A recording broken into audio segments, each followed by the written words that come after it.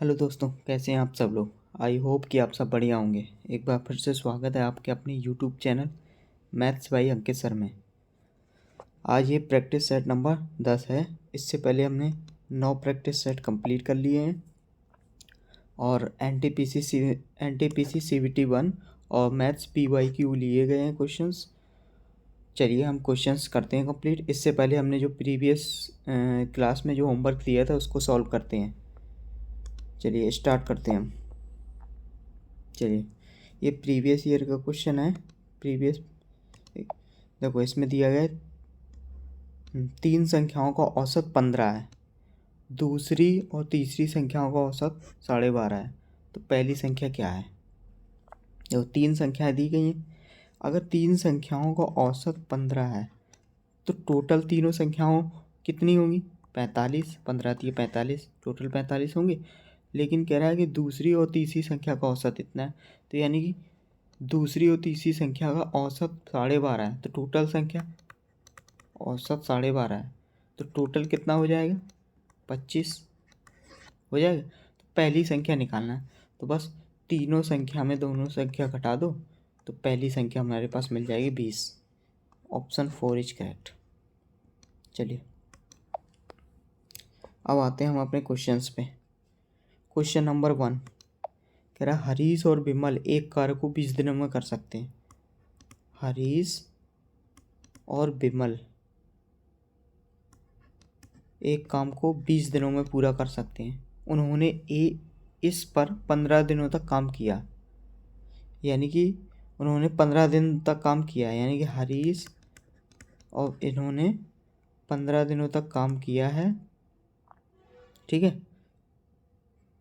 और इसके बाद कह रहा है कि और फिर विमल चले गए। शेष कार्य हरीश ने अकेले 10 दिनों में पूरा किया। यानी शेष कार्य को 10 दिनों में हरीश ने किया है। और टोटल कितना है, ये है। ये हरीश अकेले पूरे काम को कितने दिनों में पूरा करेगा। चलो यहाँ से निकालो पहले इफिशिएंसी। देखो, ये हरीश प्लस विमल 15, यहाँ पर ये 20 है। उस साइड भेजेंगे तो 10H बराबर 5H प्लस V, ये बचेगा। 5 से ये कैंसिल हो जाएगा 2 बार में। ठीक है। इस तरफ H माइनस हो जाएगा तो H बराबर V, यानी कि दोनों की इफिशिएंसी 1:1 आ गई। ठीक है। अब इसके बाद देखो कि हरीश अकेले कार्य को कितने दिनों में पूरा करेगा। हरीश, ठीक है। पहले यहाँ से हमने टोटल वर्क निकाला। हरीश प्लस विमल, अब किसको करवाना है कंप्लीट, हरीश को। हरीश की एफिशिएंसी 1 है। ठीक है।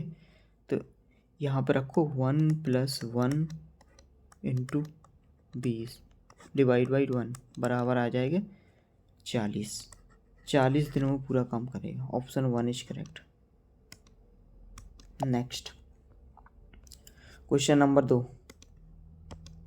दो संख्याओं का महत्तम समावर्तक 6 है और उनका लघुत्तम समावर्तक 84 है। यदि इनमें से एक संख्या 42 है तो दूसरी संख्या निकालना है। तो इसका फॉर्मूला ये होता है, पहली संख्या गुणित दूसरी संख्या बराबर LCM × HCF, ये होता है। ठीक है। दूसरी संख्या निकालना है। पहली संख्या कितनी है,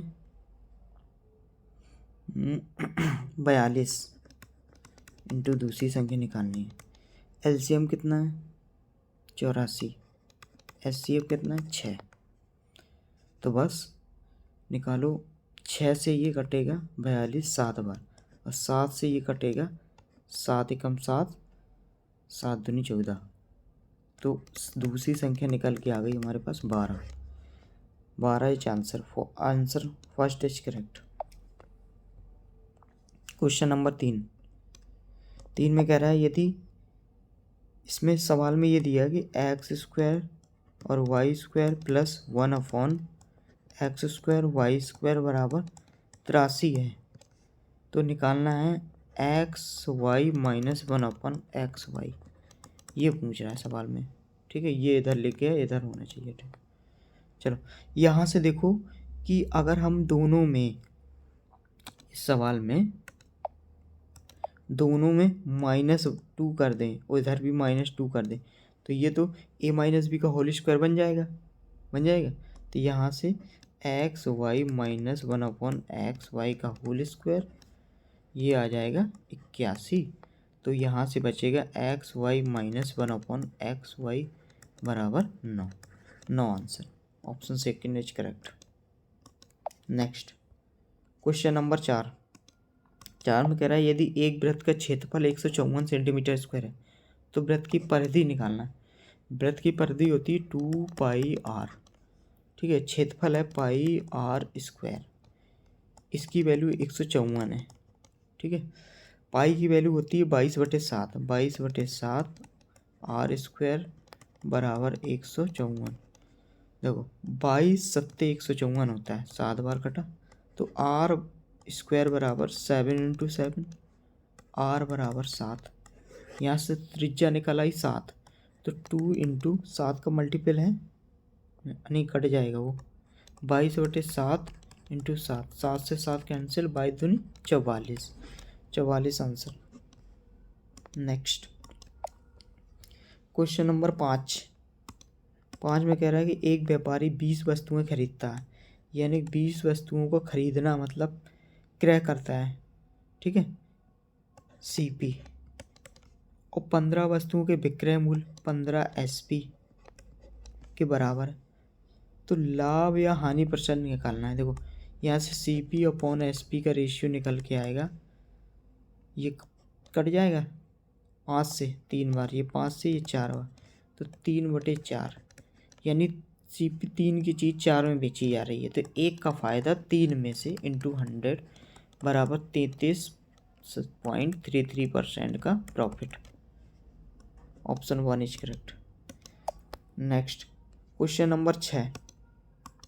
एक स्कूल में 60% छात्र एक परीक्षा में उत्तीर्ण हुए, यदि अनुत्तीर्ण उम्मीदवारों की संख्या इतनी है। ये बताओ 60% पास हुए हैं तो फेल कितने हुए होंगे, 40%। तो 40% की वैल्यू तो 240 है, तो उत्तीर्ण होने वाले उम्मीदवारों की संख्या निकालना है, तो 60 की वैल्यू निकालना है, 40 की वैल्यू ये है, तो यहाँ से 1% की वैल्यू निकल के आएगी कितनी, 0 से 0 का आंसर, 4 से 6 बार, तो यहाँ से 60% की वैल्यू निकालना है, तो 60 से multiply, 6 × 60, 360 answer. Option 3 is correct. Next question number 7। जब एक छोटी संख्या बड़ी संख्या को विभाजित करती है तो हमें भागफल 6 और शेषफल 5 प्राप्त होता है। यदि दोनों संख्याओं के बीच का अंतर ये है तो छोटी संख्या ज्ञात कीजिए। मान लो छोटी संख्या को हमने माना x है और बड़ी संख्या को y है, ठीक है। अब कह रहा है जब एक छोटी संख्या बड़ी संख्या को विभाजित किया जाता है, अगर छोटी संख्या से बड़ी संख्या में विभाजित कर रहे हैं तो हमें भागफल 6, भागफल ये 6 और शेषफल 5 मिलता है, ठीक है। और यदि दोनों संख्याओं के बीच का अंतर यानी कि y माइनस x बराबर 1540 है, ठीक है। यहाँ से ये देखो कि इसका समीकरण ऐसे बनेगा 6x + 5 बराबर y, ये समीकरण यहाँ से बन के आएगा, ठीक है। अब देखो या तो y की वैल्यू निकालना क्या है, छोटी संख्या x की वैल्यू निकालना है। अगर x की निकालना है तो यहाँ से y बराबर निकल के आ जाएगा x + 1540, यहाँ रख दो y की जगह पर। देखो 6x + 5 बराबर y की जगह पर रख रहे हैं x + 1540, ये x उधर जाएगा तो यहाँ से तो बच जाएगा 5x बराबर, ये उधर जाएगा तो 1535, ठीक है।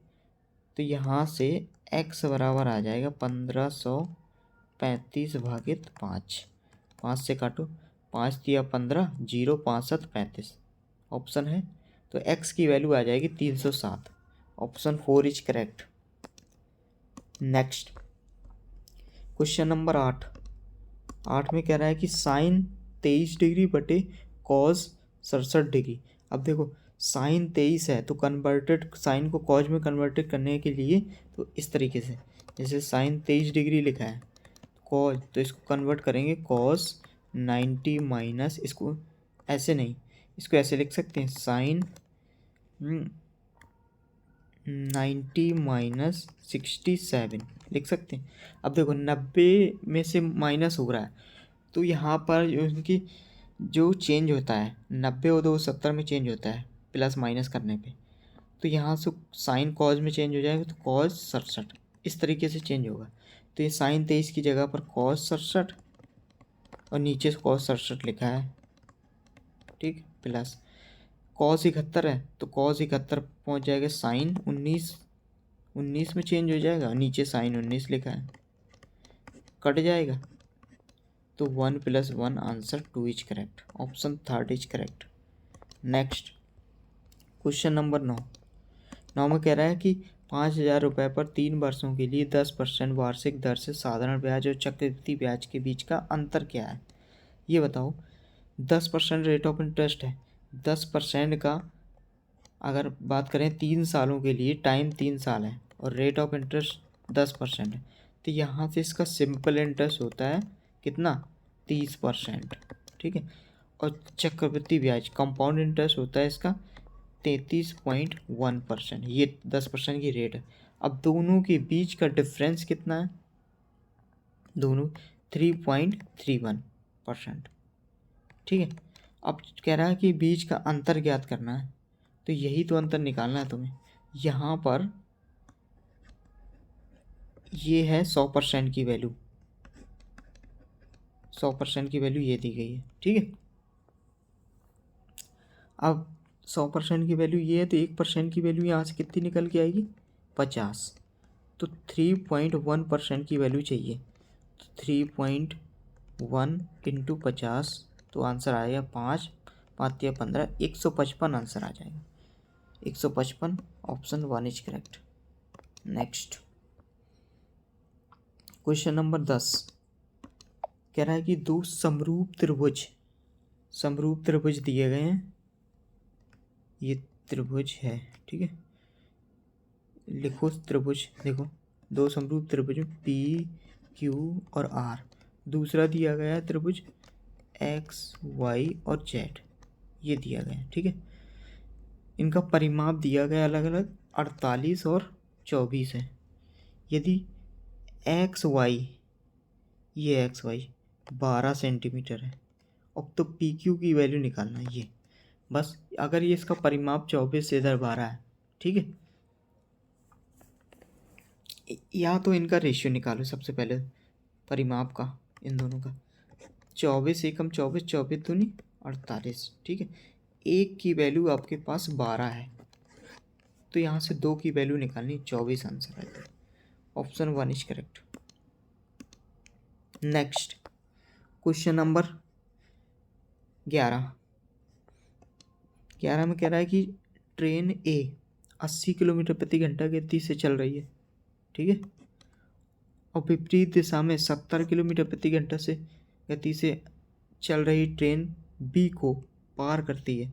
दोनों ट्रेनें 30 सेकेंड में एक दूसरे को पार करती हैं। ट्रेन ए की लंबाई 300 मीटर, ट्रेन बी की लंबाई ज्ञात करना है।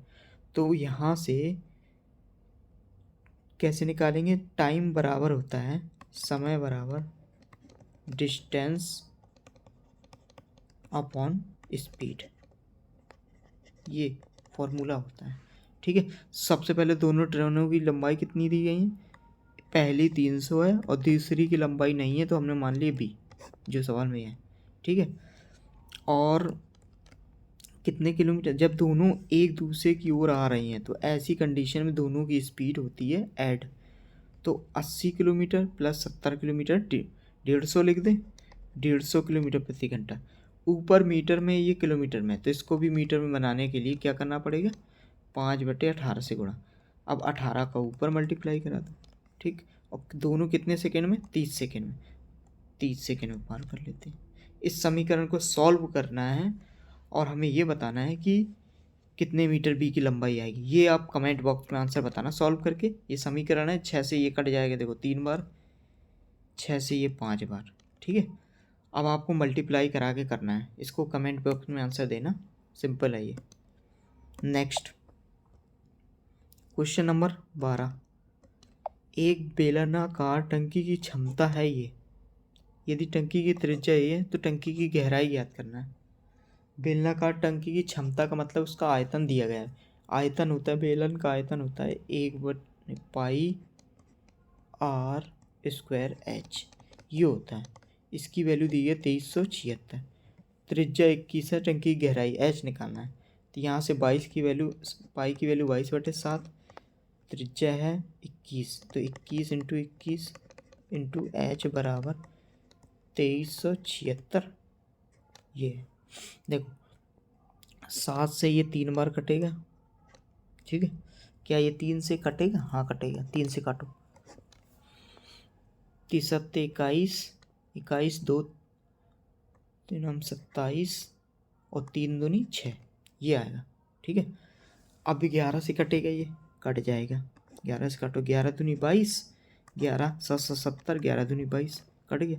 ये 2 से भी कट जाएगा, 36 बार, 36 आ गया, ठीक है। एच बराबर आ गया हमारे पास 36/21, फिर से काटो, 3 से ही कटेगा 12 और 3 से ही 7, अब आ जाएगा यहाँ से, देखो 7 एकम 7, 1 पॉइंट समथिंग आएगा, तो option 1 is correct. Next question number 13 कह रहा है कि x प्लस 1/x बराबर 9 है और x स्क्वायर प्लस 1/x² निकालना है। इसमें ये फार्मूला होता है x प्लस 1/x बराबर a दिया है, अगर ये निकालना है तो फार्मूला होता है कि a² माइनस का 2, ये फार्मूला होता है, ठीक है। तो रखो a की जगह पर 9 रखो, यहाँ रखा हमने 9, 9 का स्क्वायर माइनस 2, यानी कि 81 में से 2 जाएगा 79, option 3 is correct. Next question number 14 में ये 10 लिखा है, चलो इसको थीटा मानते, ये थीटा है, ठीक है, जो बना रहने दो। 10 थीटा प्लस कॉस थीटा बराबर 5 है, तो 10 square theta plus cot square theta plus 2 10 square 60 की वैल्यू निकालना है। तो देखो यहाँ से कैसे निकलेगा, यहाँ से हम दोनों में मल्टीप्लाई स्क्वायर कर देते हैं, दोनों पक्षों में, ठीक है। तो यहाँ से आ जाएगा 10 square theta plus cot square theta और प्लस का देखो 2 10 थीटा इंटू कॉट थीटा बराबर 25 आया। अब देखो यहाँ से ध्यान से देखना, इतना निकालना है हमें, तो ये उस तरफ जाएंगे, तो यहाँ से 25 माइनस ये देखो कॉट थीटा और टेन थीटा कट जाता है, क्योंकि कॉट थीटा बराबर 1/10 होता है, 10 से 10 कैंसिल, तो बचा 2, तो यहाँ से निकल के आ जाएगी इसकी वैल्यू 23, इसकी वैल्यू तो 23 निकल के आएगी, यानी कि इधर रखना है आपको 23, इसकी जगह पर आ जाएगा तुम्हारे पास इतने की जगह पर 23, तो 23 प्लस 2 इंटू 60 की वैल्यू होती है √3 का स्क्वायर करोगे ये, तो यहाँ से रखते हैं सॉल्व करके कि 23 प्लस ये 3 दूनी 6 बराबर 29, 29 answer, option 2 is correct. Next question number 15 में कह रहा है कि एक खंभे के पाद से 20 मीटर की दूरी पर एक बिंदु से खंभे का उन्नयन कोण 45 है, यानी कि ये खंभा है, इसका पाद से 20 मीटर की दूरी पर का उसका उन्नयन कोण 45 डिग्री है, ये है, ठीक है। तो खंभे की ऊंचाई निकालना है, ये निकालना है, एक रेशियो होता है, तो एक की वैल्यू 20 तो एक की value 20 metre answer, option 1 is correct. Next question number 16 में कह रहा है कि गणित में एक कक्षा के 7 छात्रों द्वारा प्राप्त अंक, ये अंक दिए गए, तो आंकड़ों का बहुलक होता है जो संख्या जब सबसे ज़्यादा रिपीटेड हो, उसी को बहुलक कहते हैं। इसमें देखो बहुलक में क्या रिपीटेड है संख्या, देखो 65 2 बार लिखा है, बाकी सब सिंगल बार एक ही बार लिखे, तो answer 65 is correct. Next question number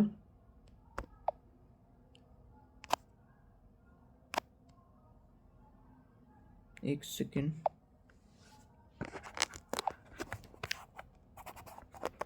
हाँ ये हो गया था। क्वेश्चन नंबर 17 17 में कह रहा है कि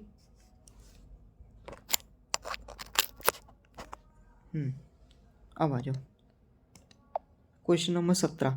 एक कंपनी के 15 पुरुष कर्मचारी या 20 महिला कर्मचारी एक प्रोजेक्ट को 26 दिनों में पूरा कर सकते हैं। ठीक है, तो 15 मेल या फिर 20 फीमेल, ठीक है, 26 दिनों में पूरा कर सकते हैं। तो सबसे पहले यहाँ से मेल और फीमेल की निकालो इफ़िशेंसी।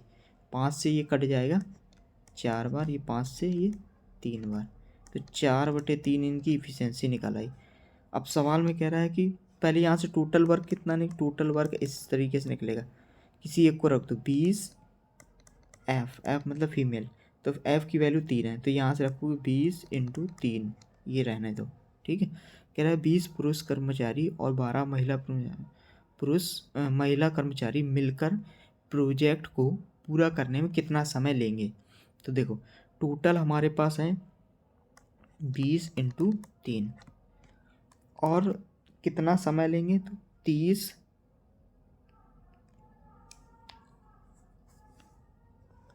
और 12 महिलाएं मिलकर प्रोजेक्ट को कितने दिनों में पूरा करेंगे।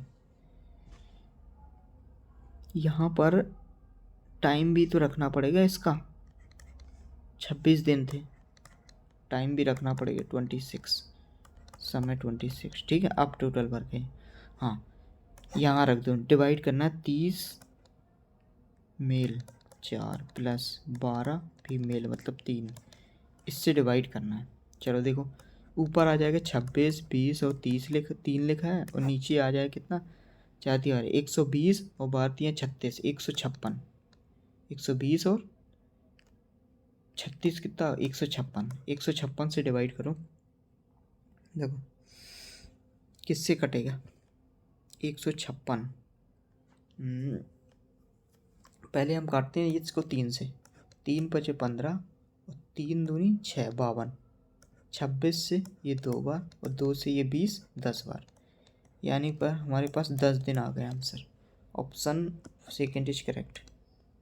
नेक्स्ट क्वेश्चन नंबर 18 में दिया गया है कि दो संख्याओं का योग 16 है और उनका गुणनफल कितना है 63 है, उनके व्युत्क्रमों का योग निकालना है। तो दो संख्याएं हैं x + y 26 है, उनका गुणनफल x - y, गुणनफल x y बराबर 63 है। उनके व्युत्क्रमों का योग, व्युत्क्रम होता है 1/x + 1/y, ये निकालना। तो चलो इसका एलसीएम लेंगे x y, यहाँ से आ जाएगा y + x, y + x की वैल्यू 16 और इसकी वैल्यू 63 है ऑप्शन में, 16/63, option 4 is correct. Next question number 19 में कह रहा है एक बैंक एक व्यापारी को 5 वर्ष के लिए 12,50,000 रुपये की राशि 5% प्रतिवर्ष की दर से ऋण प्रदान करता है, तो भुगतान किए जाने वाला साधारण ब्याज ज्ञात करना है। सिंपल इंटरेस्ट निकालना है 12,50,000, ठीक है, 5% की रेट से, टाइम भी 5 है अपॉन 100, ये निकल के आया सिंपल इंटरेस्ट ऐसा ही। देखो 00 से ये 00 कैंसिल, 25 00 और 25 से मल्टीप्लाई कराओ, 25 25 × 5 = 125, 12 कैरी, 25 दूनी 50 और 12 62, 6 कैरी आया, 25 × 25 और 6 31, यानी 3,12,500 रुपये, 3,12,000, option second is correct. Next सवाल में कह रहा है 20 में कह रहा है PQRS एक चक्री चतुर्भुज है, चक्री समलंब चतुर्भुज है, ठीक है, समलंब चतुर्भुज जहाँ PQR के समांतर है और ये व्यास के रूप में है, ठीक है। तो सबसे पहले हमने एक चक्री चतुर्भुज बनाया और समलंब चतुर्भुज है, समलंब चतुर्भुज है, ठीक है, जिसमें कि PQ व्यास है। अगर हमने ये मान लिया ये है PQ, ये है सेंटर P और Q व्यास है, और हमने यहाँ से ऐसे ये बनाया चतुर्भुज PQRS, ये है, ठीक है। अब कह रहा है कि QPR 40 है, QPR यानी कि ये 40 डिग्री है, ठीक है। और PSR ये निकालना है। इसमें क्या दिक्कत है, ये जब भी सेंटर में व्यास या व्यास दिया हो, व्यास में व्यास से परिधि पर बना कोण हमेशा 90 डिग्री का होता है, ठीक है। ये 90 आया, ये 40, तो ये कितना आ जाएगा, 50। अगर ये 50, तो चक्रीय चतुर्भुज में आमने सामने कोणों का योग 180 होता है। तो अगर ये 50 है तो ये कितना होना चाहिए, 130 होना चाहिए, तभी तो 180 होगा। तो 130 answer, option 1 is correct. Next, चलो ये आपका होमवर्क है, इसको आप कमेंट बॉक्स में आंसर ज़रूर बताना और इसका सल्यूशन नेक्स्ट वीडियो में करते हैं। और हाँ, हम एक चीज़ कहना चाहते हैं आपसे कि हमने 10 प्रैक्टिस सेट आज कंप्लीट कर लिए। अब हम आगे NTPC CVT 1 जो एग्ज़ाम होना है, उनके हमने टॉप यानी कि सुपर 30 क्वेश्चंस लिए गए हैं हर एक सेट में, और 10 सेट कंप्लीट करवाएंगे। और 10 सेट मतलब 300 क्वेश्चंस के करीब हो जाएंगे। ये सेट हमने सीरीज चालू की है, अभी एक दो दिनों के बाद ये सीरीज स्टार्ट हो जाएगी। और 10 सेट करने के बाद फिर हम अलग से 10 सेट लेके आएंगे जो अच्छे क्वेश्चंस हो, ठीक है। थैंक यू गाइस, मिलते हैं नेक्स्ट क्लास में। यहाँ तक हमारा ये सीरीज हमने कंप्लीट कर ली 10 क्लासेस का।